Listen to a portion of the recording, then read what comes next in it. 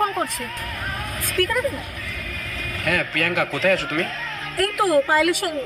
হ্যাঁ বলছি না, আমাকে না কিছু টাকার দরকার ছিল। আমি অনেকজনের কাছ থেকে চেয়েছি বাট কেউ দিচ্ছে না।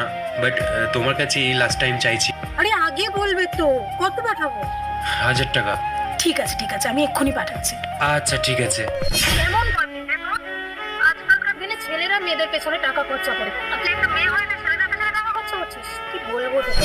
আচ্ছা, এটা কোথায় লেখা আছে বলতো যে সব সময় একটা ছেলেকেই একটা মেয়ের পিছনে টাকা খরচা করতে হবে? একটা মেয়ে কি পারে না একটা ছেলের পিছনে টাকা খরচা করতে? আর তার চেয়েও বড় কথা, আমি খরচা করি কি ও খরচা করো, দুটো তো একই। তাও ওর এখন সত্যি খুব খারাপ সময় চলছে, তাই আমি ওর পাশে থাকার চেষ্টা করছি। আর ওর খারাপ সময় আমি পাশে থাকবো না তো কে থাকবে? নে ফোনটা দে এবার।